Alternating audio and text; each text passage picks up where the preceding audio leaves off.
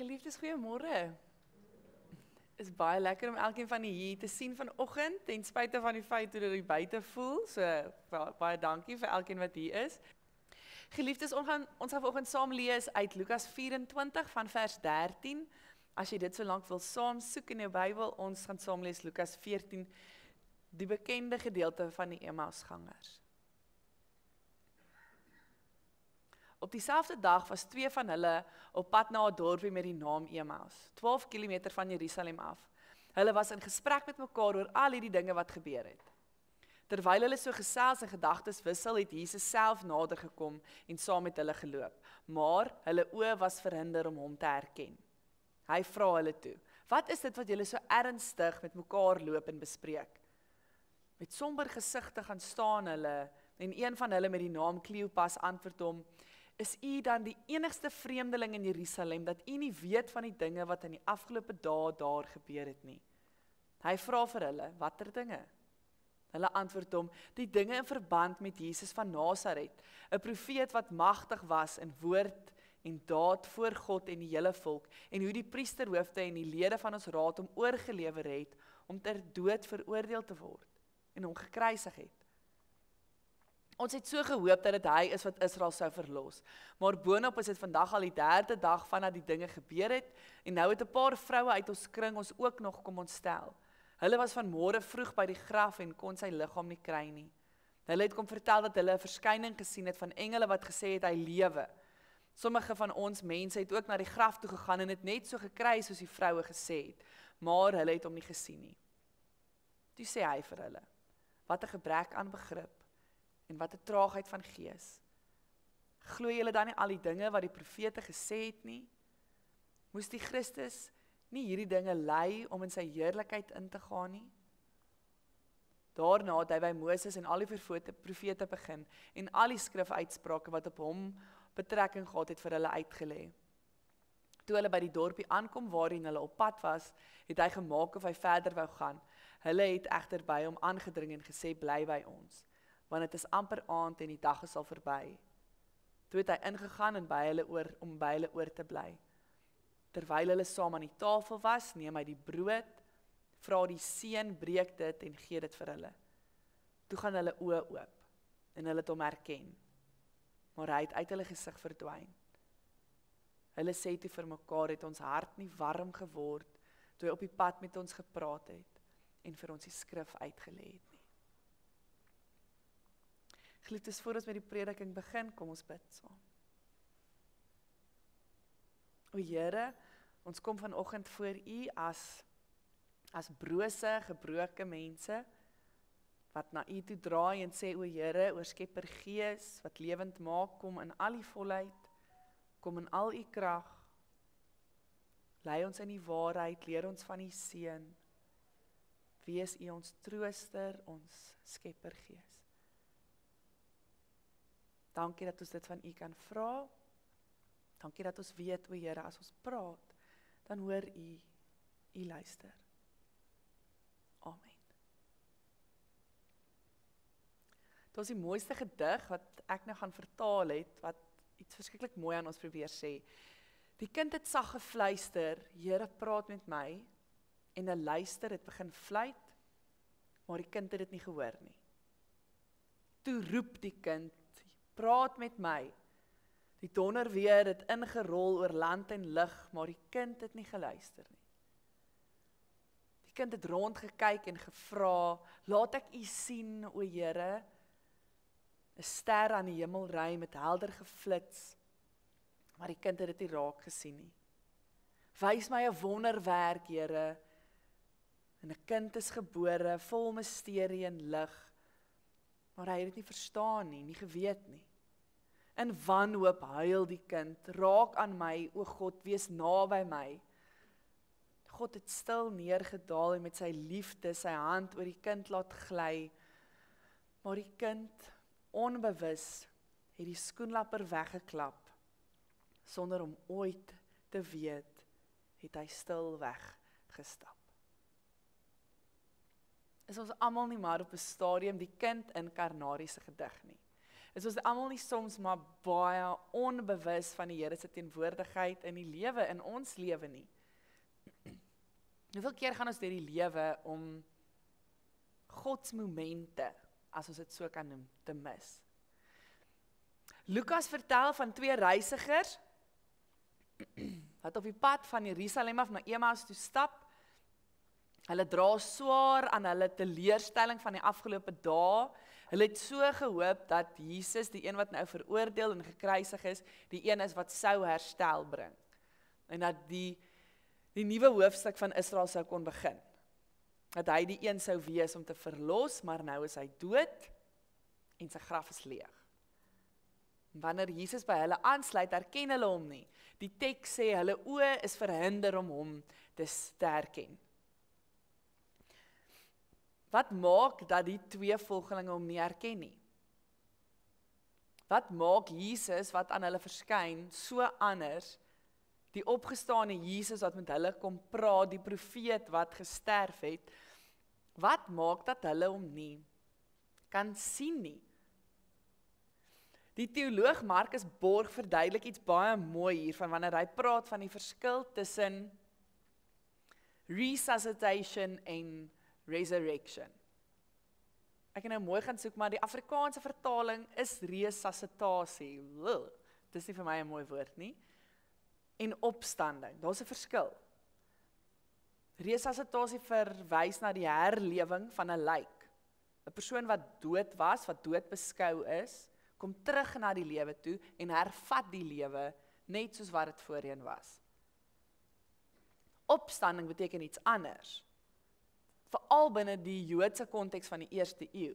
Dit verwys nie na 'n voortsetting van dieselfde lewe nie, maar die binnetree van 'n ander soort bestaan. 'n Vlak van werklikheid wat ander kan die dood lê. Dit is wat ons hier sien en wat ons vier in die Emmausgangers se verhaal. Daar sien ons meer van 'n wonder van iemand wat nie net terugkeer na die lewe soos wat dit was nie. Ons sien iets van 'n diep geheimenis van 'n nuwe lewe, 'n nuwe werklikheid wat deur die opstanding van Jesus Christus bekend gemaak is. Dis nie 'n terugkeer na die ou normaal nie, maar 'n deurgang. Dis nie 'n herhaling nie, dis 'n vernuwing. Pinkster getuig hiervan dat die opgestane Christus deur sy Gees uitgestort word om binne in ons nuwe lewe te bring. 'n Nuwe manier van lewe te gee. Ander kant vrees, ander kant dood in die volheid van God se teenwoordigheid. Die Jesus wat saam met die Emmausgangers stap, is nie 'n stap na 'n ou lewe van Jesus nie, maar die opgestane Jesus. Jesus is nie weg nie, en die reis saam met sy mense gaan nou voort op 'n nuwe manier. Hy moes sterf om op 'n nuwe manier by sy mense teenwoordig te kon wees. Miskien is dit juis hoekom die Emmausgangers hom nie herken nie. Omdat hulle hom anders verwag. Omdat hulle dalk vasgevang is in hulle prentjie van hoe Jesus moes wees, of was, of is. Hulle prentjie, hulle verwagting, verhoed hulle om hulle reisgenoot te herken. En hoe waar is dit nie van elkeen van ons nie? Hoeveel keer mis ons nie God se teenwoordigheid, omdat ons eie verwagtings en ons eie vooropgestelde idees ons verblind nie? Hoeveel keer mis ons nie God se teenwoordigheid, omdat ons daarvoor soek in buitengewone goed, of net op sekere tye en sekere plekke? Op 'n stadium was daar groot gesprek en bespiegeling onder teoloë oor presies waar die dorpie Emmaus is waarvan hier gepraat word. En dieselfde teoloog Markus Borg het 'n diep en treffende opmerking daar gemaak en geskryf: Emmaus is nêrens, want Emmaus is oral. In Lukas 24 lees ons van hierdie 2 disippels op pad wat verward is na Jesus se kruisiging. Hulle praat oor wat gebeur het, hulle praat oor hulle teleurstelling, die raaisels rondom die graf, en dan sluit hierdie vreemdeling by hulle aan, en hulle weet nie, dis Jesus nie. Hulle oë is verhinder om hom te sien.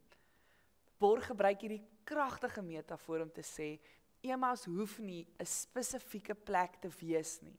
Dit kan 'n simboliese ruimte wees, 'n ruimte van verwarring en soeke en twyfel en hoop en juis daar, op daardie pad, die alledaagse, kan Jesus ook die brood breek en kan oë oopgaan. Want Emmaus is oral op ons pad, oral waar ons is. Borg help ons om te sien dat God groter is as ons idees oor hom.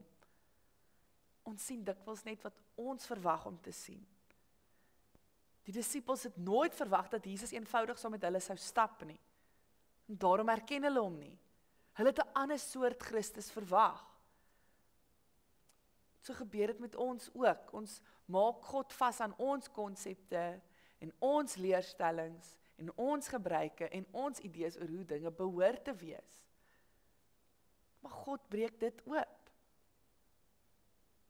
Want Emmaus is oral.